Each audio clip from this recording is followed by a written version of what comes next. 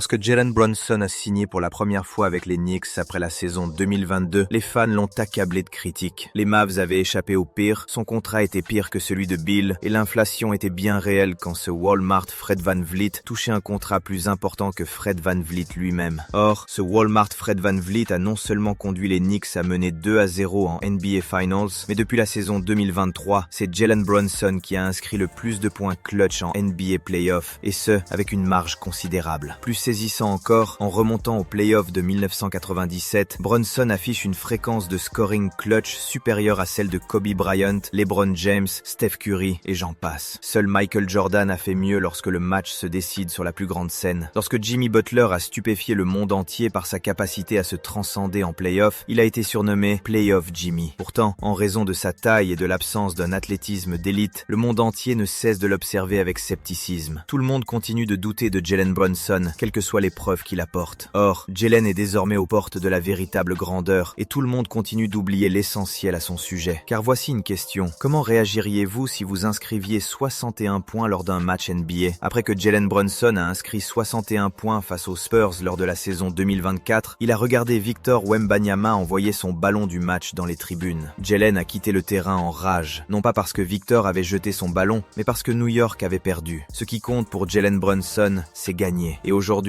les Knicks sont en train d'écrire l'histoire en prenant leur revanche. Mais Jalen Brunson ne se contente pas de battre les Spurs lors de matchs bien plus importants. Il a également dominé l'ensemble de la NBA au scoring en playoffs ces 3 dernières années, parmi les joueurs ayant disputé au moins 10 matchs de playoffs. Ajoutez à cela qu'il a été nommé dans la 2e équipe All-NBA lors des 3 dernières saisons, et de l'avis général, Jalen Brunson s'est imposé comme l'un des joueurs les plus importants de la NBA. Une star incontestée, un joueur sans aucun doute dans le top 10. Pourtant, on entend encore des personnalités comme Becky Hammond tenir les propos suivants.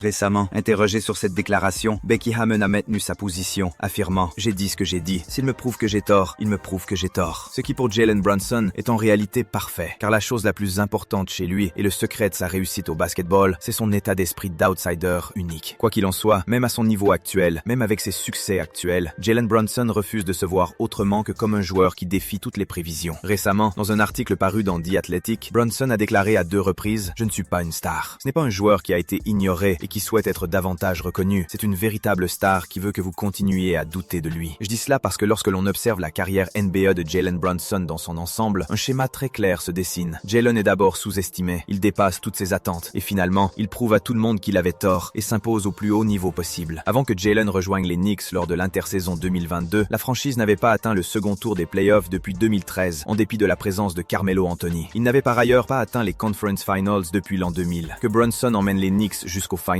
est déjà en soi un exploit remarquable. Mais gagner des matchs en saison régulière est une chose. Chacun sait que ce sont les playoffs qui comptent. Et dans ces playoffs, c'est un grand joueur. C'est un grand joueur. C'est un grand joueur. Au fil de sa carrière en playoffs, Jalen Brunson incarne le type de star clutch que tout le monde admire. Plus l'enjeu s'intensifie, plus Brunson hausse son niveau de production offensive de manière spectaculaire. En playoffs avec les Knicks, Jalen tourne à 0,625 points par minute au premier quart-temps, 0,898 au quatrième et 1,473 en situation clutch. Nous l'avons constaté lors du match 1 des Finals, où Jalen est resté discret en début de rencontre avant d'inscrire un immense tri et un mid-range décisif pour sceller la victoire des Knicks. Et cela va encore plus loin. Au cours de chacune des 5 dernières saisons, Jalen a élevé son niveau en playoff, tournant à une moyenne de points par match supérieure à celle de la saison régulière. Certes, il ne dispose pas du gabarit. Certes, il ne dispose pas de l'athlétisme. Mais son travail des pieds est irréprochable. Son arsenal technique est remarquable. Lorsque vous n'êtes pas doté d'un gabarit de 2,3 m, d'une envergure de 2,13 m ou d'une détente verticale de 102 cm, il n'existe absolument aucune marge d'erreur lorsque vous affrontez les meilleurs de la ligue. Soir après soir, Jalen Brunson figure en tête de liste de chaque rapport de scouting adverse. Mais comme on dit, tout le monde est meilleur que Jalen Brunson jusqu'au moment où il faut réellement être meilleur que Jalen Brunson. Et en jouant pour les New York Knicks, Jalen peut accomplir bien plus que simplement faire taire les doutes ou prendre sa revanche. Il peut accéder à une véritable immortalité dans le basketball. On dit depuis longtemps que le prochain joueur à offrir un titre aux Knicks sera à jamais gravé dans les mémoires comme une véritable légende. La ville de New York est affamée d'un titre de champion de basketball. Les Knicks n'ont pas remporté de titre depuis depuis 1970. En 1973, il y a plus de 50 ans, Brunson les a déjà hissés du statut de risée de la Ligue à celui de l'une des meilleures équipes. Mais même si l'on met les Knicks de côté, mener n'importe quelle équipe au titre NBA en tant que meilleur joueur vous rend essentiellement intouchable. Russell Westbrook, James Harden, Steve Nash, tous sont des MVP qui n'ont jamais remporté de bague. Et parce qu'ils ne l'ont pas obtenu, leur jeu est désormais décortiqué, leur statut de gagnant remis en question. Jalen accomplit ce que beaucoup croyaient impossible. Jalen a été un joueur exceptionnel cette saison, et même à l'approche des playoffs, mais voici ce qui est étrange dans la carrière de Jalen Brunson. Avec tout ce que nous savons de lui, on pourrait penser qu'au lycée, Jalen était un recruté sous-estimé, ignoré, avant de prouver à tout le monde qu'il avait tort. Or, Jalen était une star. En tant que fils d'un ancien joueur NBA, tous les regards étaient tournés vers Jalen dès le début de sa carrière au lycée. Et à la fin de sa dernière année, il était le 16e prospect du pays. Il a remporté 2 médailles d'or avec la sélection américaine au sein des équipes championnes des moins de 18 ans et des moins de 19 ans. Puis à Villanova, il a décroché 2 titres de champion universitaire et a été sacré meilleur joueur universitaire de basketball en 2018. À chaque étape de sa vie jusqu'alors, il était une star et avait tout mis en œuvre pour être sélectionné en loterie. C'est là que son histoire professionnelle a commencé à se déployer. Le schéma, être sous-estimé, prouver à tout le monde qu'il avait tort et recommencer. Lors de la draft 2018, Jalen Brunson n'a pas seulement glissé jusqu'au second tour au 33e choix, il était également une star. Jalen Brunson était une star. Jalen Brunson était une star. Il a en outre été sélectionné après 3 joueurs de sa propre équipe de Villanova dont il venait pourtant d'être la pièce maîtresse, à savoir Mikal Bridges, Dante DiVincenzo et Amari Spellman. Mais il s'avère que cette chute lors de la draft et l'amorce de ce schéma ont finalement été la meilleure chose qui pouvait lui arriver. Jalen avait vu son propre père peiner à se maintenir dans une seule et même équipe en NBA. Il n'a pas grandi en enfant gâté du monde NBA. Il a au contraire grandi en sachant exactement à quel point il était difficile de s'imposer au plus haut niveau. Et ainsi, Jalen a tiré parti de ce manque de considération lors de la draft. Il transformerait ce manque de respect en avantage, déclarant plus tard « J'ai utilisé cette étiquette de second tour ». Il a commencé à aborder le jeu NBA non plus en tant que star qu'il avait été, mais en tant qu'outsider, avec une motivation immense. Ce qui signifiait qu'il se développait désormais comme un joueur qui posséderait un jour l'arsenal technique pour être le meilleur joueur sur le terrain, mais qui traitait également le basketball comme si rien ne lui était dû, comme s'il devait tout mériter. Cet état d'esprit l'a propulsé au rang de star avec les Knicks, mais ce qui est véritablement stupéfiant, c'est que les Mavericks auraient dû conserver Jalen dans leur effectif. Après avoir tiré le jackpot en draftant au second tour un futur joueur de la deuxième équipe All-NBA, Dallas n'a pas seulement laissé filer Jalen, ils ont commis une erreur véritablement impardonnable. Lors de sa saison rookie, même en tant que sélection du second tour, Jalen a débuté 38 matchs et apparaissait clairement comme un élément d'avenir du jeune noyau des Mavs. Mais ce n'est qu'en 4e année que le potentiel All-Star a commencé à se manifester. Et lorsque cela s'est produit, Dallas semblait désormais disposer de 2 joueurs sur lesquels s'appuyer pour la prochaine décennie. Car Jalen avait été sélectionné lors de la même draft que Luka. Mais voici l'erreur que Dallas a commise. Écoutez ce que Jalen a à dire sur sa situation contractuelle.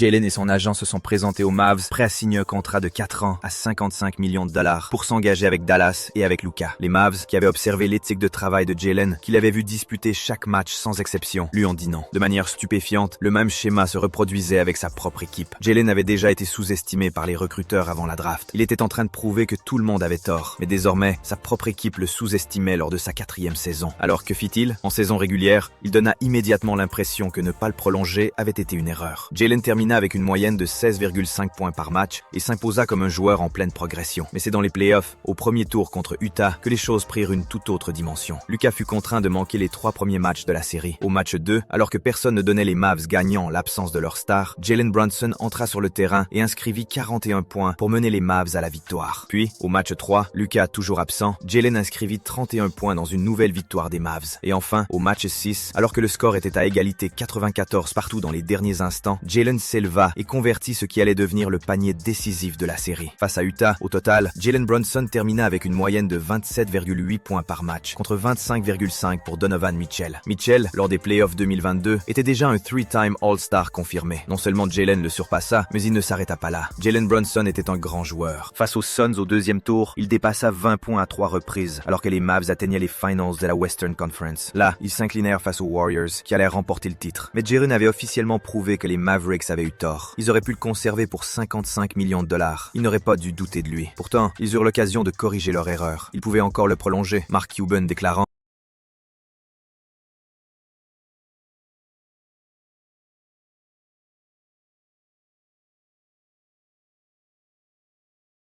Les Mavericks ne lui ont pas offert de contrat. À la place, ils l'ont laissé signer avec les New York Knicks, alimentant davantage les doutes qui habitaient son esprit de battant. Et les médias n'ont fait qu'aggraver les choses. Ils ont jeté de l'huile sur ce même feu. Zach Lowe mettant alors en mots ce que tout le monde pensait en déclarant